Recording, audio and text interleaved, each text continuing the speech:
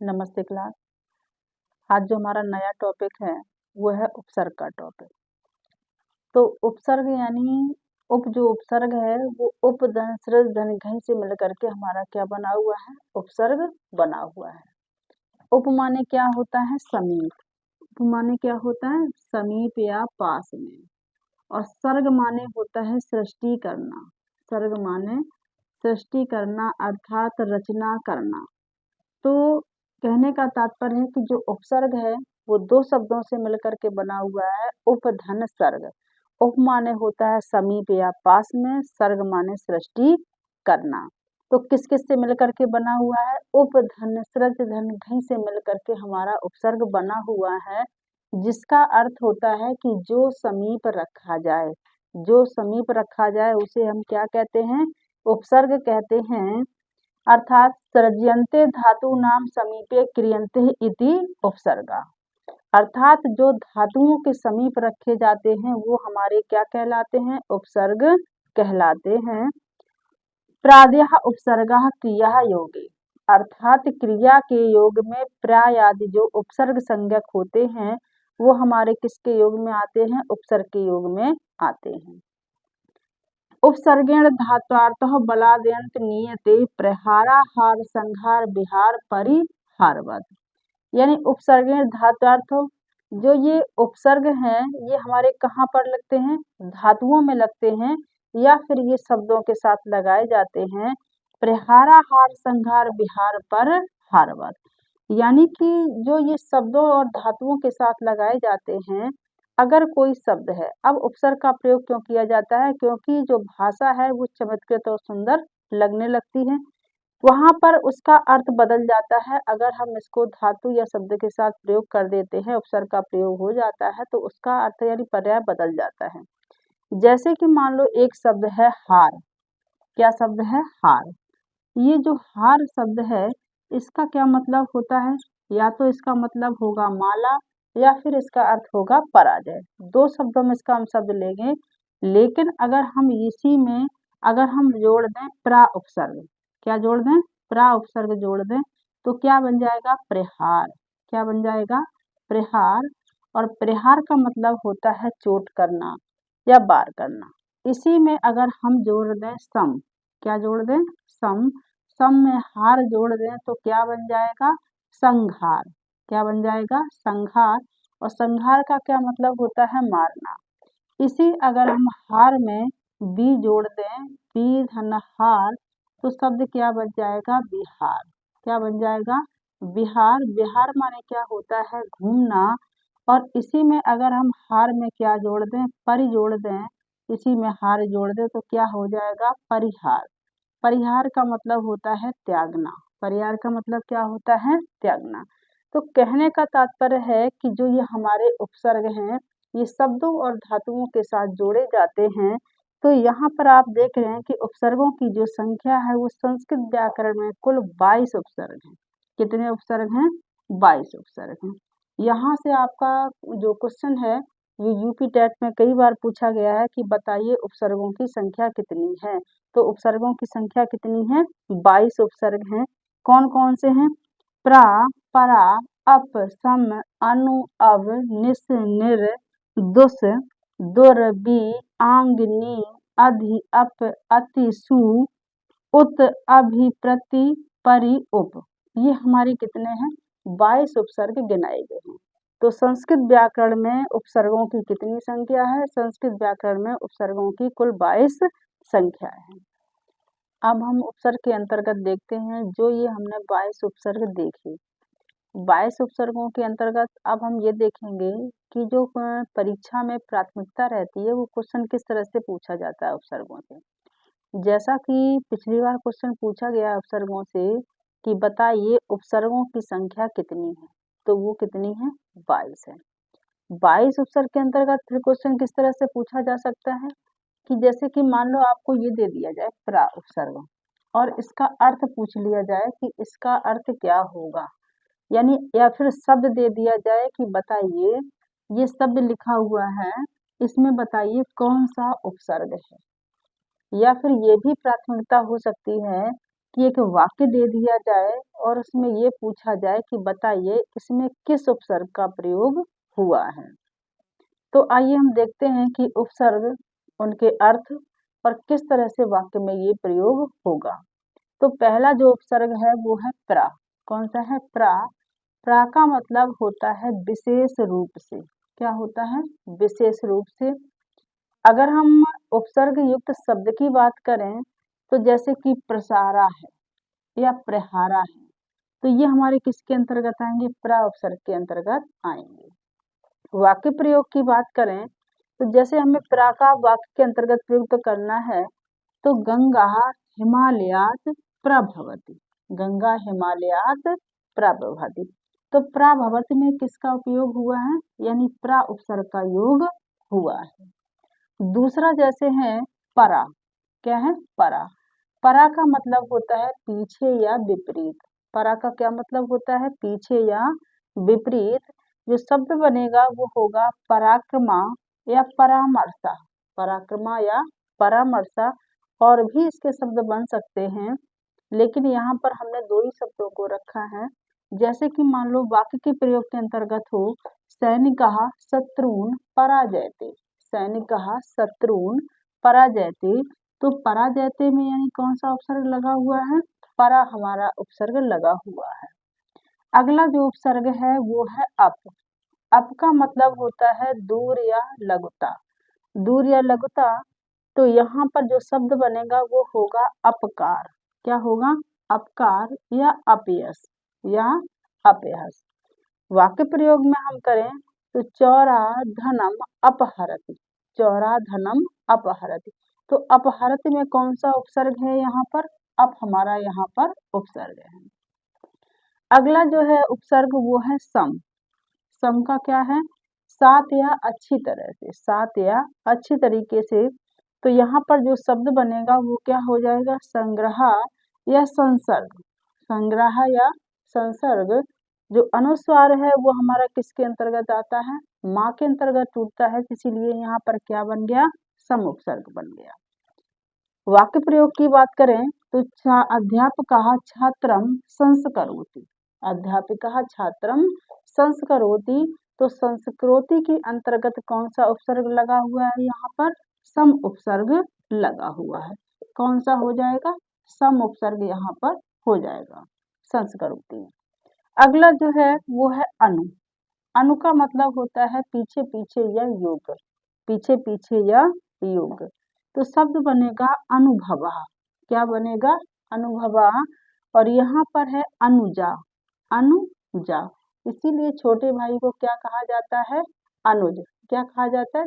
छोटे भाई को अनुज कहा जाता है, क्योंकि अनु माने पीछे और जा माने जन्म हुआ है। जिसका जन्म पीछे हुआ है वो क्या कहलाता है? अनुज। तो कौन सा उपसर्ग है यहाँ पर? अनु उपसर्ग है। वाक्य प्रयोग में देखें तो शिष्यः गुरुम अनुगच्छति। शिष्यः गुरुम अनुगच्छति। तो यहाँ पर अनुगच्छत में कौन सा उपसर्ग है? अनु उपसर्ग के अंतर्गत आता है। अगला जो उपसर्ग है वो है अब। अब का मतलब है दूर या पतन। तो यहाँ पर जो शब्द बनेगा वो होगा अवनति। क्या होगा? अवनति या अवतारः।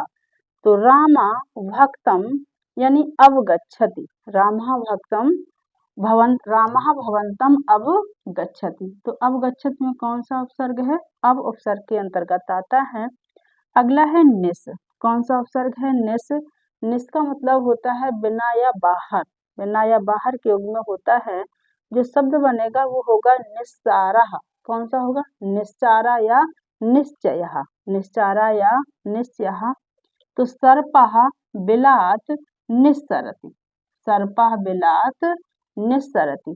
तो निस्सरति में कौन सा उपसर्ग का योग हुआ है? निस उपसर्ग का योग हुआ है। किसका हुआ है? निस का योग हुआ है। अगला जो है निर। निर का मतलब होता है बाहर या बिना। जो शब्द होगा निरक्षरः निर्दयः। निरक्षराय निर्दयः। वाक्य प्रयोग की बात करें तो प्राचार्यः कार्यालयात निर्गच्छति। तो निर्गच्छति में तो यहाँ पर किस उपसर्ग का प्रयोग हुआ है? निर उपसर्ग का प्रयोग हुआ है यहाँ पर। अगला कौन है? दुस। दुस माने होता है कठिनता से या बुरा। तो दुस्तरः यह दुष्करः, दुस्तरः यह दुष्करः। स्वभावः दुस्त्याज्यः भवति, स्वभावः दुस्त्याज्यः भवति। तो दुस्त्याज्य के अंतर्गत यहाँ पर कौन सा उपसर्ग का प्रयोग हुआ है? तो यहाँ पर दुस उपसर्ग का प्रयोग हुआ है। किसका हुआ है? दुस उपसर्ग का प्रयोग हुआ है। अगला है दुर। दुर का मतलब होता है बुरा या निंदी। तो निंदा, बुरा या निंदा का मतलब जो शब्द बनेगा वो हो जाएगा दुर्गति, दुर्गति या दुरात्मा, दुर्गति या दुरात्मा। तो दुर्बोध्य अस्ति, तो यहाँ पर दुर्बोध्य के अंतर्गत किसका प्रयोग हुआ है? दुर उपसर्ग का प्रयोग हुआ है। किसका हुआ है? दुर उपसर्ग का प्रयोग हुआ है। वी माने होता है अलग या बिना, वी माने अलग या बिना। शब्द बनेगा विकाराः या फिर विदेशः, विकाराः या फिर विदेशः। धर्मः सदा विजयते, धर्मः सदा विजयते। तो विजयते में किस उपसर्ग का प्रयोग हुआ है? वी उपसर्ग का योग हुआ है। अगला जो उपसर्ग है वो है आंग। आंग, आंग का मतलब है यहाँ पर इसका जो समांत रूप होता है वो बड़ा आ कहलाता है, और इसका जो अर्थ होता है वो तक में निकलता है। तक का मतलब है संपूर्णता को धारण करना। जैसे कह दिया जाए आपाद मस्तक, तो आपाद मस्तक सिर से पैर तक, आजीवनम जीवन पर्यंत। तो यहाँ पर आप देख रहे हैं कि जैसे शब्द है आहारा, आहारा में कौन सा है? आ उपसर्ग है, यानी आंग उपसर्ग है। और आचाराः, आचाराः, तो यहाँ पर आप देख रहे हैं कि आचारा में किसका है? यानी आंग या फिर बड़े आ का उपसर्ग लगा हुआ है यहाँ पर। तो जो शब्द बनेगा वो हो जाएगा यानी आकंठम जलम पीतम। तो यहाँ पर आकंठम किसका योग हुआ है?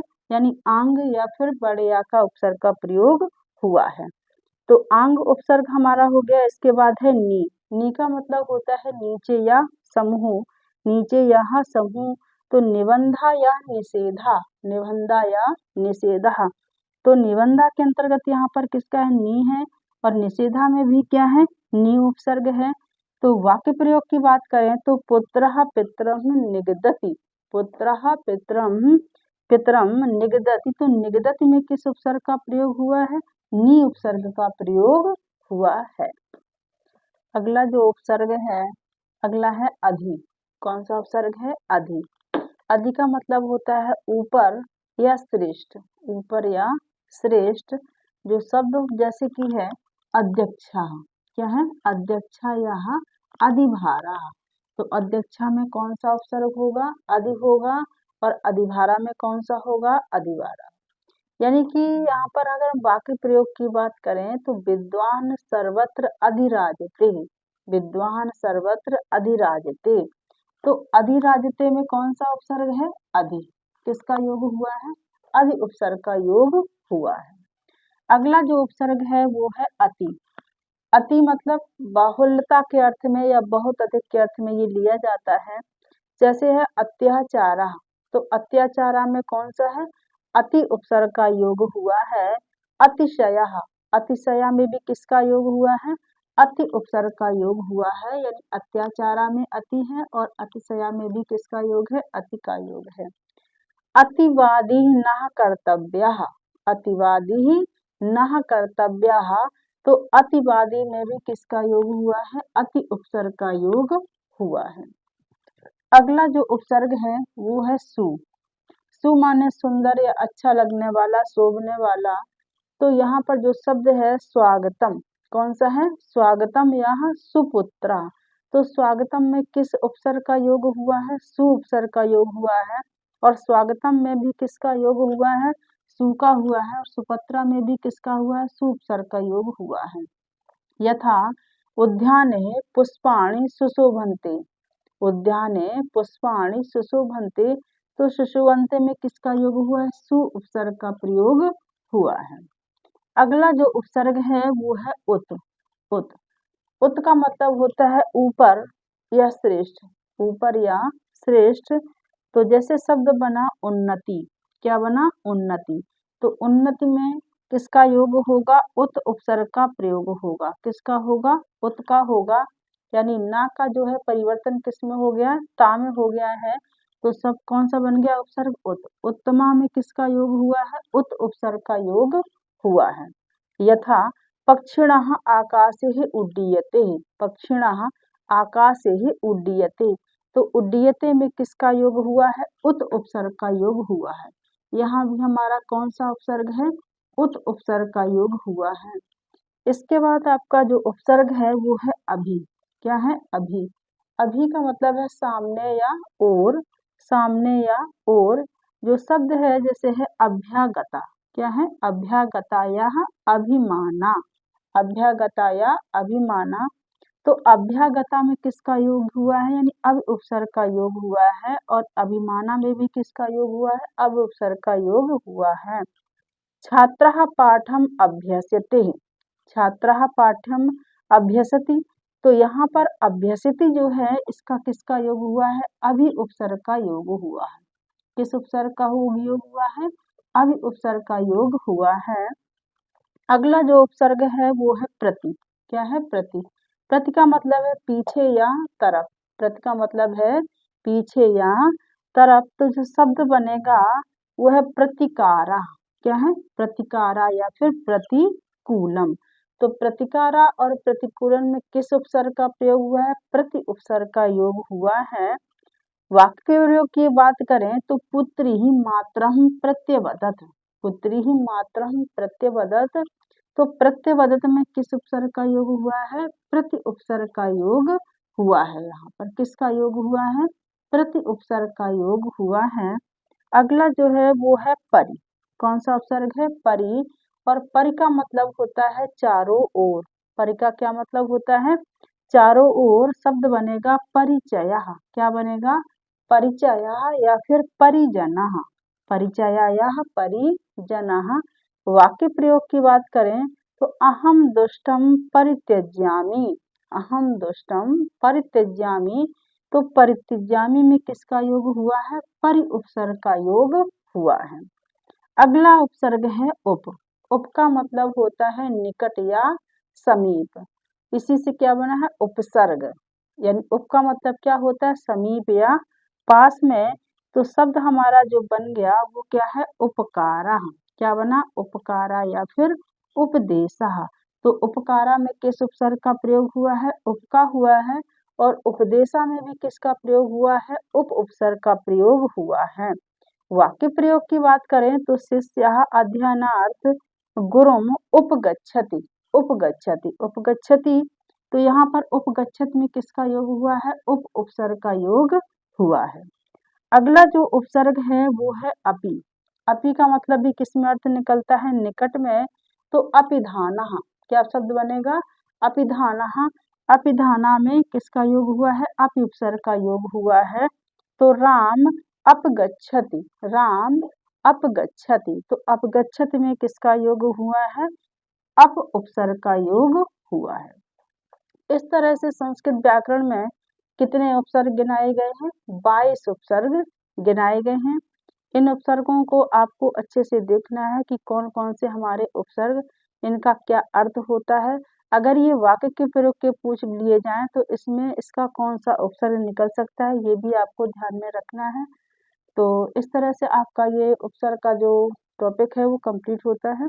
और अगर आपको ये वीडियो उपसर्ग की अच्छी लगी हो, परीक्षा की दृष्टि से महत्वपूर्ण लगी हो, तो वीडियो को लाइक और शेयर करें, चैनल को सब्सक्राइब करें। धन्यवाद।